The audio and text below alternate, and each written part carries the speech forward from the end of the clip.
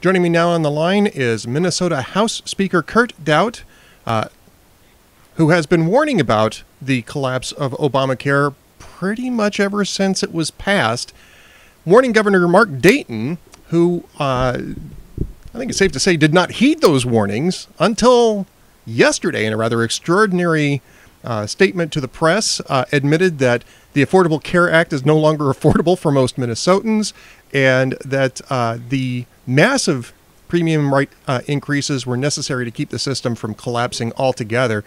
Speaker Daudt, first off, thanks for spending a few minutes with us here today. Were you shocked to find out that Mnsure and Obamacare are not economically feasible? Well, thanks first of all for having me on. You know, I most people, I think, when they heard that yesterday said, yeah, no kidding, right? Where have you been for the last 2 or 3 years? But I'll tell you what, it's actually a really big step for the governor. I think, number one, we're right here a month before an election, so I think that the governor's probably feeling some pressure, and we're just on the heels of increases announced somewhere in the neighborhood of 50 to 70% increases for those that are in the individual marketplace. So my guess is, in order for him to take this step, it's got to be really bad, because he was a kind of early adopter, and he was all in on Obamacare and bringing Obamacare to Minnesota. So, and it is a full-blown crisis right now. So we really needed him to get to this step where he could admit there was a problem. And this, as I've been saying to folks, this is really the first time that a Democrat has said there are problems with Mnsure.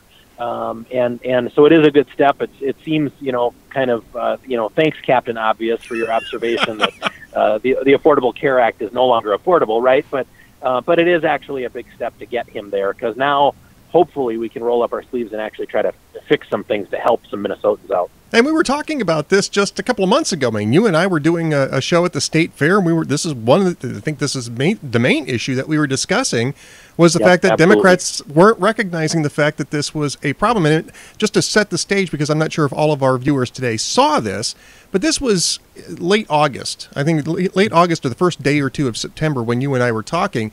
And less than 4 weeks after you and I were talking, Commerce Commissioner Mark Rothman, our state Commerce Commissioner Mark Rothman, announced that he was going to have to approve these premium increases, which range from 50% to 67% from the previous year, because it's a stopgap to keep the system from collapse.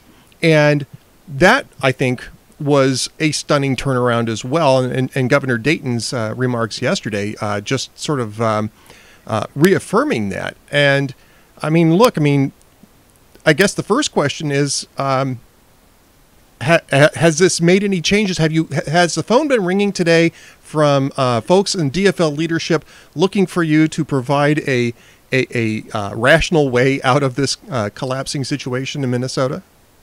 Well, no, and unfortunately not. And that's a very good point, because one of the things that I have not learned to trust, without questioning, is the governor's word. I mean, he said he was for the Sandpiper pipeline. He frankly supported that to death. Now it's dead. He's been for Polymet, and that's dying on the vine as well. There's just so many things that the governor has said he was for. I remember when he said, nope, the gas tax is dead, until he decided it wasn't dead. So what I really want to see are the governor's actions, and this is a real crisis. I yesterday did a listening session down in Red Wing, Minnesota, and met with a family down there, dairy farmers. It was a husband and a wife, and they have one son that's on their health insurance plan, and they were currently paying $2,300 a month for the health insurance for those three people, and they had a $13,000 deductible. And the worst part was, and I think this is the biggest the biggest problem with what's going on. The worst part is they had Blue Cross Blue Shield, who was pulling out of the individual marketplace, so their current coverage is canceled. They can't get that again. They don't know if they're even going to be able to get coverage. So when the commissioner said that he was going to have to approve these huge increases, just to get the plans to stay in the individual marketplace, he had to agree to put caps on the enrollment. So what's going on right now is you've got about 150,000 Minnesotans who will not have health coverage because their plans are going away, and they'll be looking for other plans in the individual marketplace. with the caps that the governor's administration has agreed to, there's only a little less than 20,000 slots available for those people. So you're going to try to shoehorn 150,000 people without coverage into 20,000 slots. Oh, and by the way, remember, if you don't buy coverage, the federal government will fine you, $2,000 or more for not acquiring the coverage. So we've got a real train wreck coming down the tracks here, and we really, frankly, have to act almost immediately to try to fix some of this, or Minnesotans are going to be really hurt by this. So we've got 20,000 slots and 150,000 players. This is the worst game of musical chairs I think I've ever heard of. I mean, honestly, this is a game of musical insurance chairs, and you've got a sixth or even a seventh of the slots that you need to cover the people who are part of this equation. And just to roll, I want to get back to that in a moment. Just to underscore the numbers that you gave me, $2,300 a month comes up to $27,600 a year for insurance coverage, on top of which you have to satisfy a $13,000 deductible before getting any sort of benefit except for a wellness check. So you're talking about a $40,000 outlay before you see benefit one of the insurance plans. Before you get $1 of coverage, you have to expend $40,000 for a family of three. I mean, that's insane. And that was this year. They don't even know what it's going to be. That's prior to these 50 to 67% increases that have been talked about. They don't know if they're even going to be able to get coverage. And the problem, they're afraid. They could end up either without coverage or with coverage they frankly just absolutely can't afford, because I think they're kind of pushing it right now on whether they can afford what they're currently doing. So it's scary for Minnesota. Honestly, at those rates, you're better off just paying the fine and paying retail for your medical care, and then buying the insurance when you have a catastrophic event. Because Speaker Daudt, what we have here is the worst of all possible worlds. We have catastrophic insurance at comprehensive care prices. And that's what, remember, that's what Obamacare brought us in Minnesota, and not a single Republican voted for. Democrats were in lock, stock, and barrel. Bought in early on, early adopters to Obamacare, and they promised at the time this was going to save Minnesota families $500 per family, that it was going to give them more options and more choices for health coverage. And this has been an unmitigated disaster, not to mention all of the customer service problems that people have had, the long wait times on the phone, the thinking you're covered when you're not, all of this kind of stuff that has been just horrible and very harmful to Minnesota families. So right now in Minnesota, and probably elsewhere, but for the sake of this discussion, we're talking about Minnesota here. We really have two crises. One is the immediate crisis of having 130,000 people who had insurance through the exchange suddenly not being able to get it at all through the exchange. And then you have the longer term problem of what do you do about unraveling this the mess that created this situation. I know that you had a column today in the Winona Daily News, a fine newspaper. I read it assiduously. No, it's a fine newspaper, but I was actually looking for your column because I understood that you were going to be writing about this today, and I'll be writing about this a little bit later on at Hot Air as well. What's the immediate solutions for the immediate crisis? Well, there are a few things that we can do. There is some money set aside left over from the Mnsure pool that used to be there. So we've got some money we could use to help people obtain coverage. In those, there's a couple of different pots of money we could use for that. In the immediate, we can also reduce the tax, the Mnsure tax, to put some money back in people's pockets so they can afford the coverage a little bit better. So there's a few Band-Aid things that we can do. We also need to look at probably something similar to what Alaska has done with their reinsurance, where the state kind of reinsures the riskiest people. Remember, we used to have that Mnsure pool for our kind of your most expensive cases, the folks that frankly couldn't get insurance coverage elsewhere because they would get denied because they had pre-existing conditions or whatever.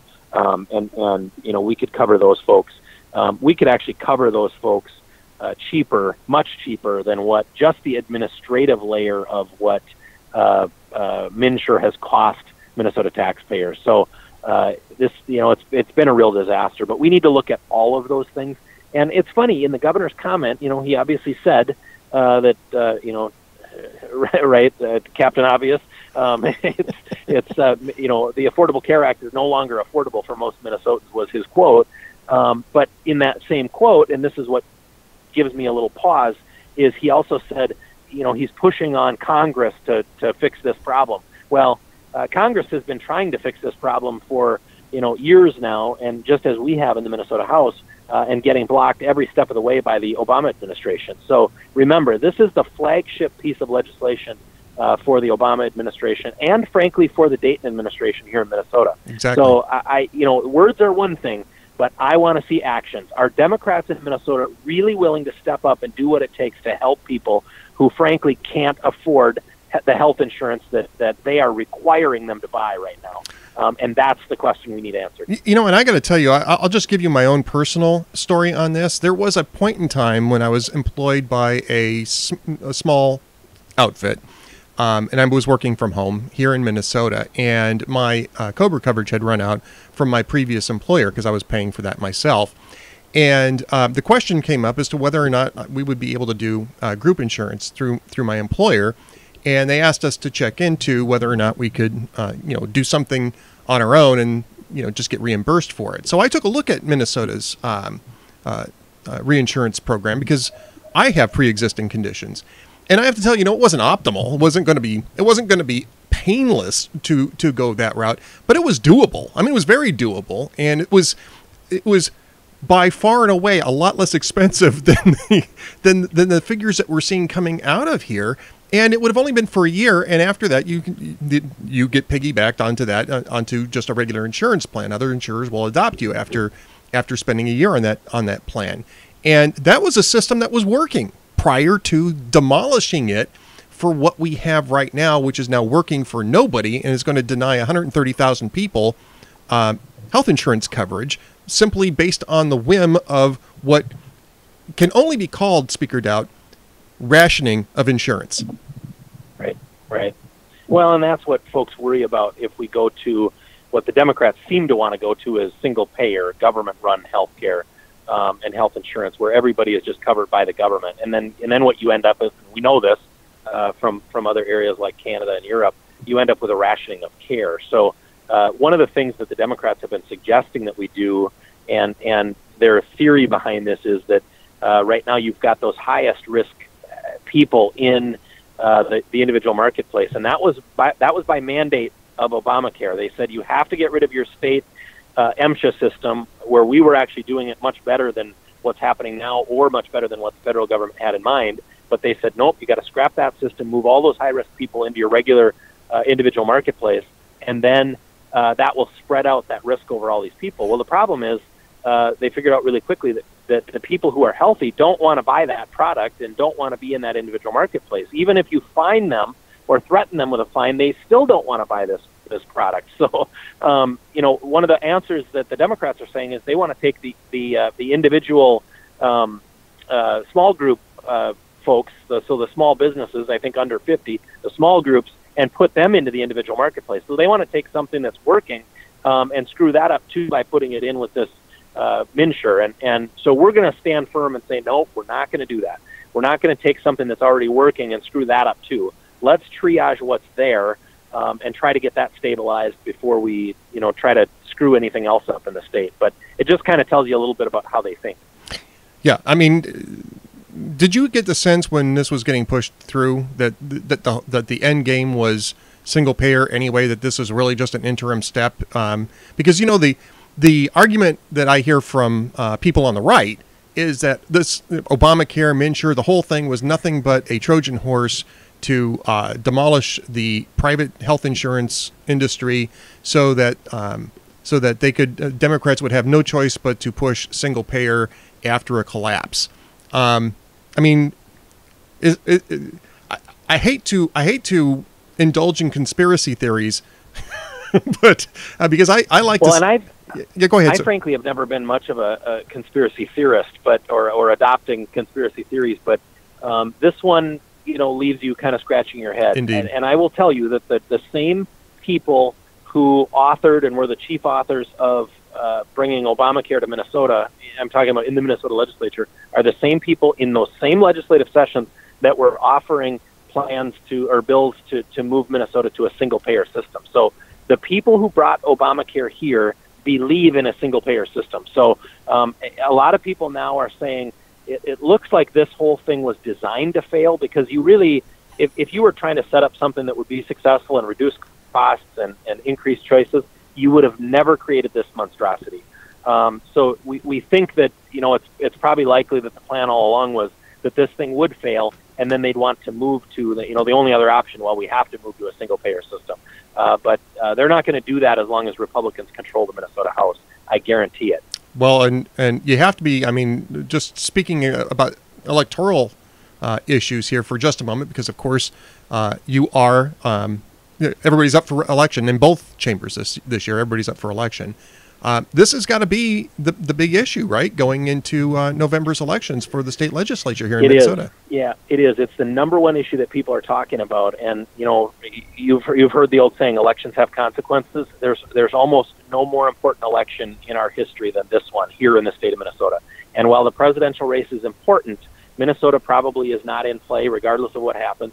But we need to make sure that Minnesotans understand you've got to get out and vote. We've got to retain our majority in the Minnesota House. And if we do not, I would say that a single-payer healthcare system in the state of Minnesota is a certainty, because the Democrats who control the Democratic Party from Minneapolis and St. Paul believe that that's the way we need to go. So this literally is going to be an election that could affect generations if Republicans lose the Minnesota House. And I'll remind folks, the next 2 years, the governor's already announced he's not running for re-election. This is where you insert a laugh track, or an applause track, I should say, right? Well, maybe both, but yeah. I always get an applause line when people, when I say that at a speech. They say, oh, they're really happy, they're happy the governor's not running again. But the problem is the next 2 years are his final 2 years, and he'd love nothing more than to have complete control of state government. So we need to make sure that does not happen, because there is a lot on the line over the next 2 years. Where can people go to find out more about Minnesota House elections, Minnesota Senate elections, and Republican efforts to hold this off? You can look us up online. It's MN. What is it? MNHRCC. It's I think it's MNHRCC.com. But the House Republican Campaign Committee, HRCC. Just Google search MNHRCC and you'll see our website. That'll tell you about all the races. It'll give you the press releases on what we're doing. We actually are doing a listening session on Mnsure tomorrow at the Capitol. I don't have the times in front of me, but I think that should be on the website as well. So people can come to that if they've got stories they want to share. But we're going to be talking about Mnsure and Obamacare and how we need to fix this and provide real solutions for Minnesotans. And it's, like I said, it's the number one issue this election. Speaker Kurt Daudt, thank you very much for joining us today. Really appreciate getting the insight on this. Thanks so much.